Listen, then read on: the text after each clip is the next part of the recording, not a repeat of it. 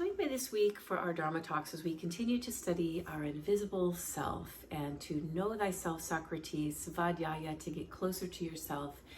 And in that we have been studying the chakras the last few weeks and knowing our emotional self and understanding our spiritual evolution. And the last few weeks we've really talked about kind of seeing that as a map and knowing the first chakra is about family, tribe, belonging. The second chakra is about our relationships, and the third about individuation, and the fourth heart and love. And as we evolve spiritually, how we come back to these first three, and we're given challenges and trials in life in order to help us continue to grow and become our best self. And as well as using these this understanding of our chakras to look at the trials and challenges as ways to help us grow, we can also open ourselves up to what we referred to as last week, personal revelations, epiphanies, a way of walking through life that's open to the messages and the beauty and the things that wake us up from the inside, that sometimes we're on autopilot or so much in life happening and us reacting that we miss out on it. So this week specifically, I've dedicated this teaching to the how do we use this understanding and knowing these things, how do we use it to navigate our way through, and how do we use it to open ourselves up to personal revelations? And the answer that I've come up with, which is a prescription I would write for all of you on your life's path, is space training. It's a teaching I've done for many, many, many years. It's in the Golden Journey, and it's based on a powerful quote by Viktor Frankl in his book, Man's Search for Meaning. And I've asked all of you to memorize it in 3 parts. Between stimulus and response, there's a space. And in this space lies our power to choose our response.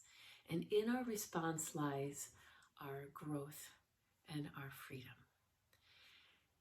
So in the talks, I will kind of unpack this a little bit for all of us in a way that it's not just this quote that we read, we've heard, it's beautiful, but how do we live this? That's why Viktor Frankl gave it to us in Man's Search for Meaning, is how do I show up and live a space in between so I'm not in constant response to life, but rather I'm able to create a space where I can choose how I want to show up for a challenge in my life, how I want to show up for a beautiful moment in my life.